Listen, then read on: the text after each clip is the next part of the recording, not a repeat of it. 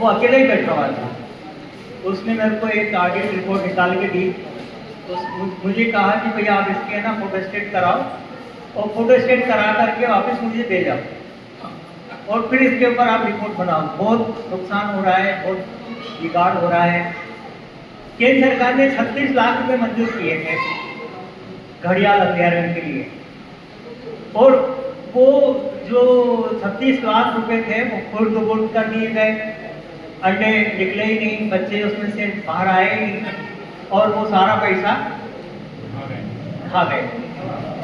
अब वो audit report थी, मेरे पास एक बहुत बढ़िया डॉक्यूमेंट था। मैंने राजस्थान पत्रिका में उसकी 2 किस्त छापी, और 2 किस्त छपने के बाद में जो है उसकी कटिंग से लेकर के मैं दिल्ली गया, अनुपम मिश्रा जी से मिला, जो पर्यावरण कक्ष काली शांति प्रतिष्ठान का पर्यावरण कक्ष के संयोजक थे।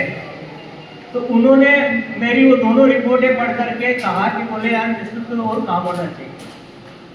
उन्होंने मेरी दोनों रिपोर्टों की वो जो आंकड़े का जंजाल था उसको सबको साफ किया, सरलतम भाषा में उन्होंने फिर से एक नया आलेख तैयार किया, तो उसको सर्वोदय प्रेस के माध्यम से उन्होंने सारे देश के अखबारों को भेजा। Indian express, times of India, Navbharat times और नई दुनिया, मतलब अंग्रेजी अखबारों ने भी उसको ट्रांसलेट करके उसको छापा, क्योंकि अनुपम मिश्रा जी ने उसको किया था। लेकिन मेरे ही नाम से उन्होंने वो सारे हिंदुस्तान भर के अखबारों में छपाई। मेरे अखबार को इसलिए तकलीफ नहीं हुई क्योंकि वो जो रिपोर्ट थी वो पत्रिका में छप चुकी थी, तो उसके बाद कहीं भी छपे तो कोई दिक्कत थी नहीं। लेकिन क्या हुआ कि ये घटना होने के बाद मैं दूसरे कामों में लग गया, क्योंकि मैं तो चीफ रिपोर्टर था। मेरे को कभी मुख्यमंत्री आ रहा है, कभी राज्यपाल आ रहा है, कभी बाढ़ आ रही है, कभी सूखा पड़ रहा है, कभी कुछ है, कभी दुर्घटनाएं हैं, लगातार खबरों के पीछे भाग रहे हैं, सुबह से लेकर रात तक भाग रहे हैं। अब घड़ियाल छूट गए। मैं ना ये संतोष पाल करके सारी जिंदगी भर बैठा रहा कि वो रिपोर्ट जब छपी तो खुशवंत सिंह ने जो है मतलब लोकसभा में जो है मतलब उसमें राज्यसभा में उस मामले को उठाया, और उस समय गुजरात के एक दिग्विजय सिंह थे, वो पर्यावरण राज्य मंत्री थे, वो खड़े हुए और उन्होंने कहा कि मैं खुद जाके देखूंगा कि उसके घड़ियाल अभ्यारण्य के क्या हाल चाल है।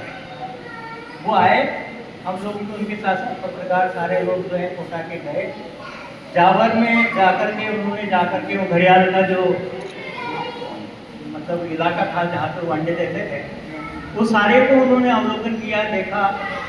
तो उसके बाद फिर जो है बहुत सारी नीतियाँ बनी, फिर बहुत सारे सुधार हुए, और आज देखें कि पूरे हिंदुस्तान भर के जो नदियाँ हैं उसमें मगर और घड़ियाल पाए जाते हैं। मतलब इतना मतलब ये जो कोटा के पास की जो संदोई नदी है उसमें तो कम से कम भी 10 लोग अब तक मगर के खेच लेने से मारे जा चुके हैं। तो अभी क्या हुआ कि मेरी एक पोस्ट लिखी मैंने घड़ियाल के बारे में, अनुपम मिश्रा के बारे में, तो मेरे एक मित्र ने कहा, बोले कि आपने घड़ियाल के बारे में लिखा था और घड़ियाल की चिंता की थी।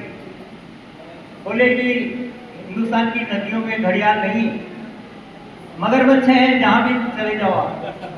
तो मैं यहाँ आने से पहले कल ही अर्जुनपुरा और चंद्रेश्वर गांव में गया, वहाँ के लोगों से मिला, उन्होंने कहा कि घड़ियाल है नहीं, केवल मगरमच्छ हैं जहाँ पे भी हैं। तो दरअसल मेरा ये मानना है कि जो पत्रकार लोग हैं जो पर्यावरण को रिपोर्ट करते हैं, एक तो क्या है कि उनका तकनीकी रूप से साउंड होना बहुत जरूरी है। दूसरी बात यह है कि कोई भी चीज अगर आप लिख रहे हैं तो उसका लगातार फॉलोअप होना बहुत जरूरी है। लेकिन मैं एक आपसे ये कहूँगा कि अभी आपने भाई साहब ने कहा कि अघोषित आपातकाल है। मैं कहता हूँ आपसे कि चाइना में एक बहुत बड़ा लीडर हुआ माओ सेतुंग। उसने कहा कि पक्षी, ये चिड़ियाएँ जो है हमारा करोड़ों टन अनाज खा जाती है और उससे हमारे लोग भूखे रहते हैं। तो बोले कि जहाँ पे भी चिड़िया नजर आए उसको मारो। पूरा चाइना जो है चिड़िया मारने में लग गया, लाखों चिड़ियाएं मार दी गई। लेकिन उसके बाद इतना बड़ा दुर्भिक्ष वहाँ हुआ, इतना बड़ा अकाल वहाँ पड़ा कि उसमें कम से कम 2.5 करोड़ चीनी लोग मारे गए। आप प्रकृति में से है ना कोई भी चीज़ एक निकाल लो और सोचो कि बस हमने जो फैसला था वो कर लिया। मैं आपको एक बताऊं कि ये आपने और हमने जो सभा यहाँ की है, ऐसी सभा चीन के अंदर माओ से तुंग के निर्णय के खिलाफ करना असंभव था। शायद चीन में भी लाखों लोग रहे होंगे जिन्होंने सोचा होगा कि गलत हो रहा है, लेकिन वो बोल नहीं सकते थे क्योंकि सरकार का फैसला था। हम लोग एक डेमोक्रेटिक मुल्क में हैं, आज यहाँ बैठ करके हम बातचीत कर रहे हैं और आप सब लोगों को ताज्जुब होगा कि जितेंद्र जी वो मतलब सरकारी कर्मचारी हैं, मतलब एक सरकारी कर्मचारी के नेतृत्व में ये एक साथ से जो पूरा ये आंदोलन लड़ा जा रहा है। और मैं तो आपको भी बधाई देता हूँ कि आपका जो 12 चैप्टर है, मेरे ख्याल है 3 साल में तीसरी बार है जब इन्होंने मुझे यहाँ बुलाया। मतलब ये लगातार एक्टिव मतलब चैप्टर है आपका और इतने बड़े मतलब आंदोलन को लीड कर रहा है। हम लोग बातचीत कर सकते हैं और एक बात की जरूर हमको निकालना पड़ेगी धारणा कि पूरा का पूरा जो भी ये काम है, ये समूची मानव सभ्यता से जुड़ा हुआ काम है, समूची मानव जाति से जुड़ा हुआ काम है। ये अकेले 12 की चिंता या किसी एक राजस्थान की चिंता नहीं, ये समूची मानव जाति की चिंता है जो हम लोग यहाँ कर रहे हैं। आप लोगों ने बहुत ध्यान से सुना, सभी हमारे संभागियों को आप लोगों को बहुत बहुत धन्यवाद।